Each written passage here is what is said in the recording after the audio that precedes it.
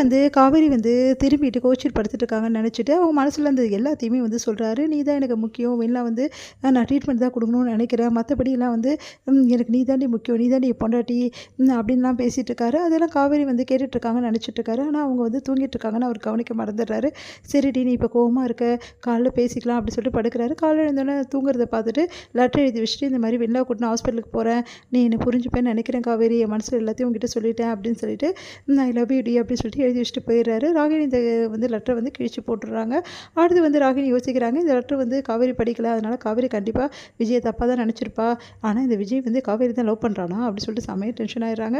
அடுத்து வந்து இங்கே என்ன பண்ணுறாரு, விஜய் வந்து கூட்டிகிட்டு போயிட்டு ஹாஸ்பிட்டலில் காட்டுறாரு. இந்த மாதிரி பழைய நினைவுகள்லாம் வரணும்னா அவங்களுக்கு நீங்கள் பழையபடி அவங்ககிட்ட பாசமாகவும் அன்பாகவும் எப்படி இருப்பீங்களோ அதே மாதிரி நடந்துக்கலாம், கண்டிப்பாக சீக்கிரமாகவே அவங்களுக்கு எல்லா நினைவும் திரும்பி வரும்னு சொல்லிட்டு டாக்டர் சொல்கிறாங்க. சரி இதுக்கப்புறம் வந்து வெள்ளை கிட்ட பழைய மாதிரி நம்ம பேசணும் பழகணும், ஆனால் இதை வந்து காவேரி வந்து தப்பாக நினச்சிக்க மாட்டா, அவரும் புரிஞ்சுப்பா அப்படின்னு சொல்லிட்டு நம்பி என்ன பண்ணுறாரு, விஜய் அதேபடி வெண்ணிலா கிட்ட வந்து ரொம்ப அன்பாக நடந்துக்கிறாரு. அதே மாதிரி அவங்களுக்கு வந்து ப்ரப்போஸ் பண்ணுறது, அதுக்கப்புறம் அவங்களுக்கு பூ கொடுக்குறது, அந்த மாதிரி வேலையெல்லாம் பண்ணிகிட்ருக்காரு. இதெல்லாம் பார்க்க காவேரியால் தாங்கிக்க முடியல. காவேரி என்ன பண்ணுறதுன்னு தெரியாமல் தவிச்சிட்ருக்காங்க.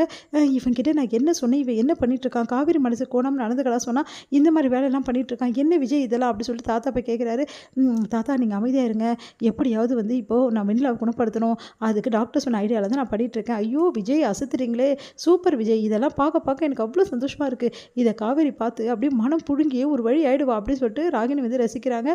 ஐயோ இவன் ஏடா கூடமாக பண்ணிகிட்டு இருக்கானே, என்ன பண்ணுன்னு தெரியலையே, தாத்தா வந்து என்ன பண்ணுன்னு தெரியாமல் தவிக்கிறாரு. இங்கே வந்து காவேரியால் தாங்கிக்க முடியல, இதெல்லாம் காவேரி ஒரு முடிவுக்கு வராங்க, வேறு வழியே கிடையாது அப்படின்னு சொல்லிட்டு காவேரி ஒரு லெட்டர் எழுதுகிறாங்க விஜய்க்கு.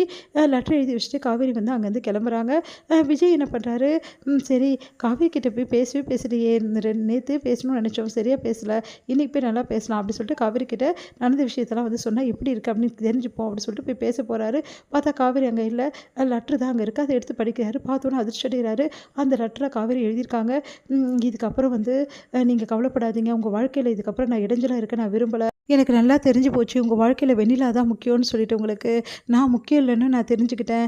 இவ்வளோ நாள் வந்து நீங்கள் வந்து வெண்ணிலாக்காக வந்து ஏங்குறீங்க, அதனால் வந்து வெண்ணிலாவை கூட்டிகிட்டு வருவோன்னு நினச்சேன், அவங்களுக்கு உடம்பு சரியில்லையே நினச்சி ரொம்ப கஷ்டப்பட்டேன், ஆனால் இப்போ தான் தெரியுது வெண்ணிலா தான் உங்கள் வாழ்க்கைன்னு சொல்லிட்டு எனக்கு நல்லா தெரிஞ்சு போச்சுங்க. நீங்கள் என்னை திரும்பி பார்க்கலன்னு எனக்கு வருத்தமாக தான் இருந்தது, ஆனால் இருந்தாலும் உங்களோட காதல் வந்து ஜெயிச்சிச்சில்ல, அது வரைக்கும் எனக்கு சந்தோஷங்க, நீங்களும் வெண்ணிலாவும் சந்தோஷமாக வாழ்கிறதுக்கு என் வாழ்த்துக்களுங்க. நான் வந்து கிளம்புறேன், உங்ககிட்ட கொடுத்த நான் ப்ராமிஸை நிறைவேற்றிட்டேன்னு நினைக்கிறேன், உங்ககிட்ட நான் சொன்னேன் இல்லையா உங்கள் கூடவே நான் இருப்பேன், டைம் வரைக்கும்னு சொல்லிட்டு அந்த டைமும் வந்துடுச்சு, அந்த டைம் முடிஞ்சிடுச்சு, இதுக்கப்புறம் வந்து உங்களை நான் கஷ்டப்படுத்த விரும்பலை, நீங்களாக என்னை வீட்டை விட்டு போ, தயவுசெய்து என் வாழ்க்கையிலேருந்து போ அப்படின்னு சொல்கிறதுக்கு முன்னாடி நானே போகிறது தான் எனக்கு மரியாதை, அதனால் நானே போயிடுறேங்க.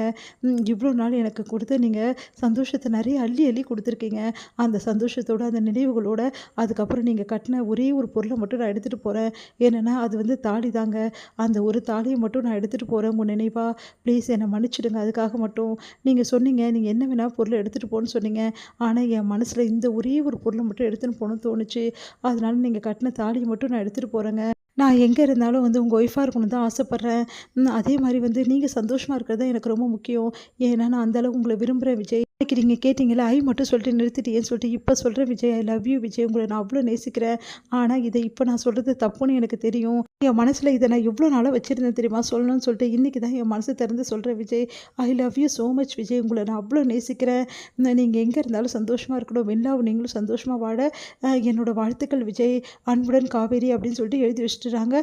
அதை பார்த்து விஜயால் தாங்கிக்க முடியல, அந்த லெட்டரை வச்சுட்டு அப்படியே கதறி அழகிற, காவேரி நீ ஏன் காவேரி இப்படி பண்ண, நீ தாண்டி எனக்கு முக்கியம், நீ ஏன்டி இந்த முடிவு எடுத்து எனக்கு ஒன்றுமே புரியலையே, நான் தான் உங்ககிட்ட எல்லா விஷயத்தையும் சொல்லிட்டேனே காவேரி, அப்புறம் ஏன் காவேரி இந்த முடிவுக்கு நீ வந்த, எனக்கு ஒன்றுமே புரியல காவேரின்னு சொல்லிட்டு பயங்கரமாக கதறி அழகிறாரு.